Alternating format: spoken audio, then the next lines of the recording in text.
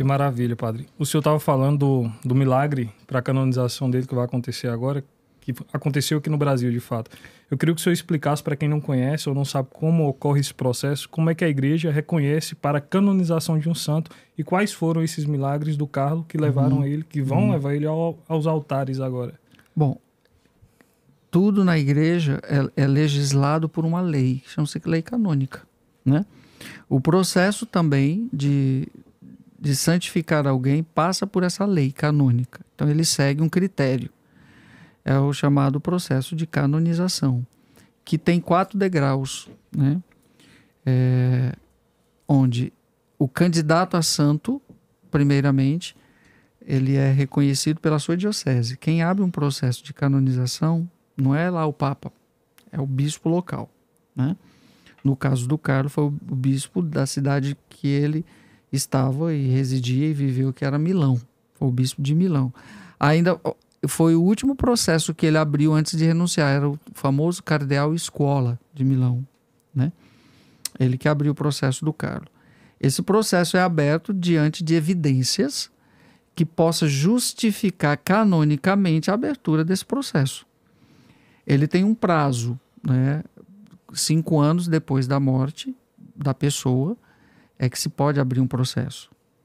Levando em consideração que a única pessoa que pode ir sobre a lei canônica é o Papa. Se o Papa quiser canonizar... Mandar acelerar o processo. Acelerar, dispensar milagre, o Papa tem o poder para isso, né? Via de regra, segue-se esse processo, esse trâmite. É aberto na própria diocese, o bispo, diante de evidências, né? Ele monta uma postulação ali diocesana que vai fazer uma averiguação e que, uma vez sendo constatado que justifica a abertura, ele abre e o decreta servo de Deus. É o primeiro degrau. Então, o primeiro passo, servo de Deus. Servo de Deus. A partir daí, eu já posso pedir a intercessão dele. Por quê? A partir do momento que abre-se um processo, ele já é candidato. E dentro desse processo, para que ele possa ser concluído, é necessário que haja no percurso 2 milagres pela sua intercessão. Então, já começo a pedir a intercessão desse candidato a santo desde o primeiro degrau. Já autoriza até para ver o andamento do processo. Exato, né? exato. Os milagres é que vão validar a canonização. Exatamente. Né? É São quantos processos até a canonização? Primeiro é servo de... São 4 degraus. Quantas etapas, né? Degraus que chamam. Degraus. Então, o primeiro degrau é esse, servo de Deus. A partir daí, o processo é encaminhado para a congregação pela causa dos santos. Aí quem já assume é o Vaticano. Já sai da esfera diocesana e vai para a esfera universal, que é a igreja que vai cuidar disso daí agora. É uma congregação específica dentro do Vaticano, chama-se Congregação pela Causa dos Santos. Tá? Então, aí aí vamos para começa a investigação para o segundo degrau. Do servo de Deus para o segundo degrau, que é o venerável, é a parte mais longa, né? É a parte mais longa. Porque é aí que muitos são barrados, é aí que muitos são bloqueados, é aí que muitos tem servos de Deus aí que estão há 100 anos, né? E não se conseguiu chegar a venerável ainda, né? Porque é muito minucioso esse trabalho ali do servo para o venerável.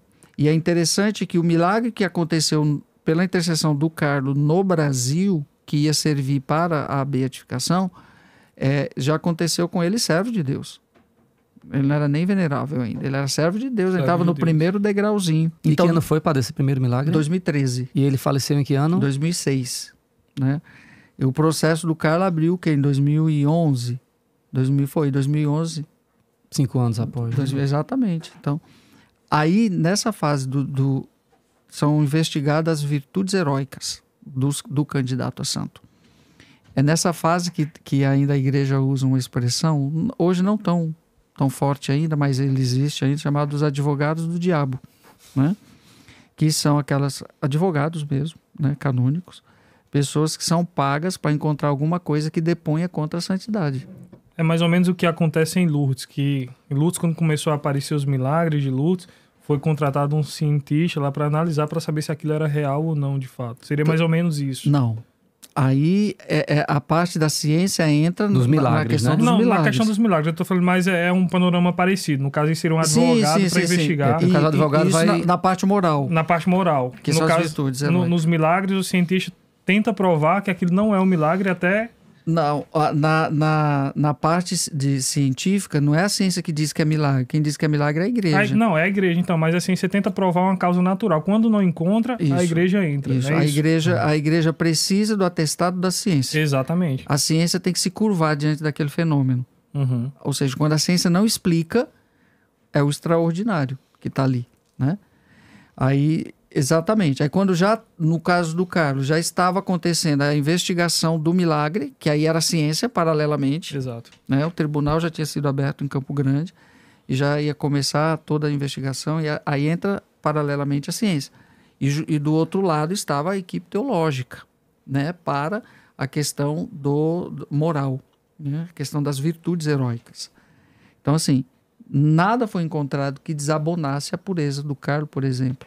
Né? Inclusive no computador. Exato. Eu lembro, eu vi um post, foi de irmã Maria Raquel, né? Falando exatamente sobre isso, que o Vaticano foi lá pegar o computador dele e ver o histórico dele, né? Se fosse ver o seu, né? É. Então, foi comigo esse podcast aí. Olha aí. Foi. Então, foi tudo é recolhido. Uhum. Aí muitas pessoas são ouvidas, quem conviveu, quem viveu, quem ouviu, que ele deixou escrito. Quem está no dia a dia, né, padre? Exatamente. Mas o bom do Carlos é que ele deixou o legado dele, ele deixou todo salvo. Isso facilitou muito. Você vê, tem santos aí do século passado, como que vai achar escrito? E testemunhas que já morreram, como que vão falar para testar alguma coisa das virtudes dessa pessoa, né? E do Carlos não, tudo recente, tudo... Ele usou o seu computador para registrar tudo, né? Então, o Carlos foi decretado venerável em 2018, aí segundo degrau cumprido, e no mesmo ano já foi acolhido o milagre que já tinha fechado, paralelamente, já tinha fechado a investigação do milagre, né, que aconteceu. Para o terceiro degrau, aí nós vamos para o terceiro degrau, venerável Carlos Acutis. Aí agora o que falta? Falta a contestação dos milagres. Preciso de um para beatificar e o outro para canonizar. Uhum. Uma vez reconhecido, acolhido, aí se beatifica. Então, o da beatificação foi o que aconteceu no Brasil, certo? Aí pronto, Beato Carlos, agora vamos esperar a intercessão dele para um segundo milagre. E para nossa surpresa, Carlos foi beatificado em 2020 e o outro milagre aconteceu em 2022, 2 anos depois. Parece que esse menino tem um pouquinho de pressa, né? Para anunciar o... Na verdade, vou mudar a tua expressão. Inverter. Na verdade, eu fico perguntando, por que Deus está com pressa de mostrar a santidade desse menino? Os tempos que vivem, né, padre? Mas pode... A pressa de Deus para dizer tudo isso. Isso é uma expressão humana, porque Deus não tem pressa. Mas por quê? Nós temos aí 18 anos depois da morte desse garoto, ele santo. Isso é inédito. Então, por que Deus está querendo com tudo isso? A gente só vai saber disso, embora estamos já vivenciando alguma coisa, estamos entendendo o que Deus quer, olhando o contexto, se formos fazer uma análise. Exatamente. Né? Por que Deus está com pressa de dizer que esse santo, que esse jovem é santo. Né? Mas muita coisa a gente vai entender ainda depois. Né? Fechou a beatificação em 2022, abriu-se a investigação sobre o milagre que aconteceu na Itália, né, em Firenze, e foi reconhecido ano passado, né, 2024, e logo em seguida o Papa já acolheu e já autorizou a canonização. Que vai ser agora em abril. Em abril, encerrando o jubileu das crianças e adolescentes. E lógico que o senhor vai estar lá, né? Óbvio, meu filho. Uma semana antes já estou chegando lá. Inclusive, o padre é porque não está aqui, mas o senhor está com a relíquia de Carlos Acutis, né? Que no Crescer.